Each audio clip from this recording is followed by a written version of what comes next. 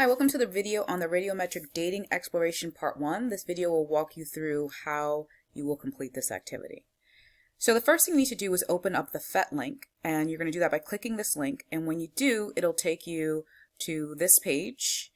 So notice it's loading. Okay, and we're back, and when it loads up, it'll be on this tab. We need to go to the Dating Game tab, so you're just going to click on that. And now we're on the right tab. Okay, now the next thing is we're going to start with the first one, which is the relative dating. So remember, there's two types of ways that we determine the age or we date an object. There's relative and then there's absolute. So for the first one, for relative, we're arranging from the objects that are listed here, A through F, from oldest to youngest. So you can see that in the simulation we have the same objects, but only some of the objects we need to arrange. So which object do you think is the youngest? We're going to start with that there. Do you think it's the one in the top row, middle row, or the bottom row? So whichever one you think is the youngest, you're going to write that object there. So let's say, for example, I think object F, which is in one of the middle rows, I think that's the youngest, I would put that there. If I think the next youngest is, something that's a little older than that would be object D, I would put D there, and so on. You're just going to keep filling this in with the letters.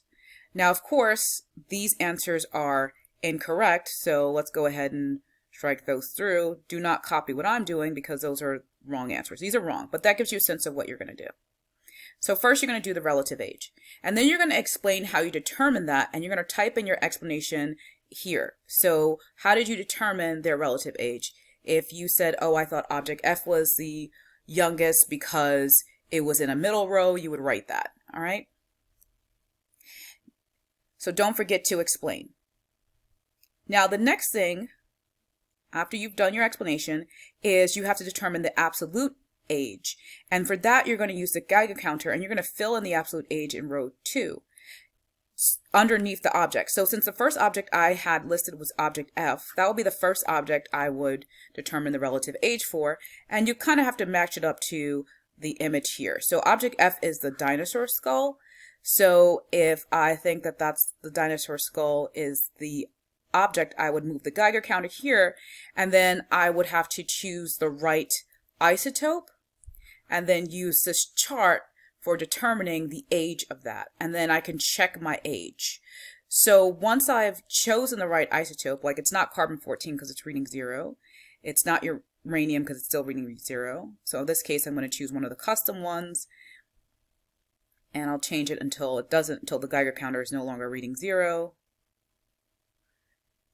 And once I have one that works, okay, finally I have something that works. This is not reading 0, 34.2%.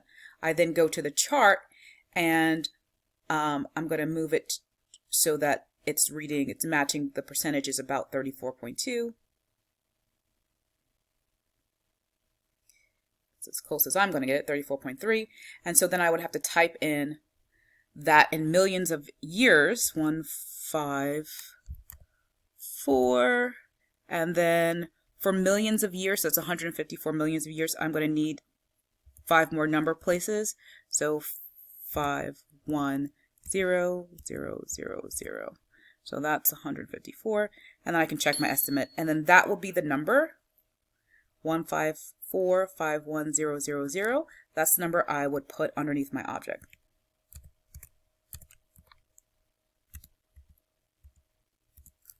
Hope I did that right. Let's see. I got to put my commas in to keep myself. Yep. Okay. So that's how I would do that. So I would enter that there. Okay. And then here you would answer the question after you fill in all of the dates here. What's the difference between absolute and relative dating?